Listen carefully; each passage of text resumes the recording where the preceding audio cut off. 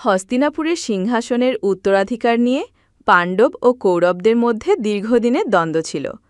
দুর্যোধন অর্থাৎ জ্যেষ্ঠ কৌরব চায়নি যে যুধিষ্ঠির অর্থাৎ জ্যেষ্ঠ পাণ্ডব রাজা হোক। পাণ্ডবদের জনপ্রিয়তা, বীরত্ব ও ন্যায়পরায়ণতা দুর্যোধনকে ঈর্ষান্বিত করেছিল। সে ষড়যন্ত্র করে পাণ্ডবদের হত্যা ও হেয় করার চেষ্টা করেছিল, যেমন লাখাগৃহের ঘটনা ও পাশা খেলা।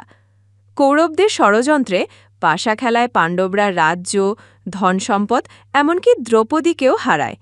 তাদের ১৩ বছরের বনবাস ও ১ বছরের অজ্ঞাতবাসে শর্ত দেওয়া হয়। বনবাস শেষে পাণ্ডবরা ন্যায়সঙ্গতভাবে নিজেদের রাজ্যের অংশ ফেরত চাইলে দুর্যোধন তা প্রত্যাখ্যান করে। শ্রীকৃষ্ণ নিজে শান্তি প্রস্তাব নিয়ে গেলে দুর্যোধন ১ ইঞ্চি জমিও দিতে রাজি হয়নি। মহাভারত শুধু ক্ষমতায় লড়াই ছিল না, বরং ন্যায় অর্থাৎ ধর্ম ও অন্যায় অর্থাৎ অধর্মের মধ্যে এক নৈতিক যুদ্ধ ছিল। কৃষ্ণ পাণ্ডবদের পক্ষে ছিলেন, কারণ তারা ধর্মের পক্ষে ছিল।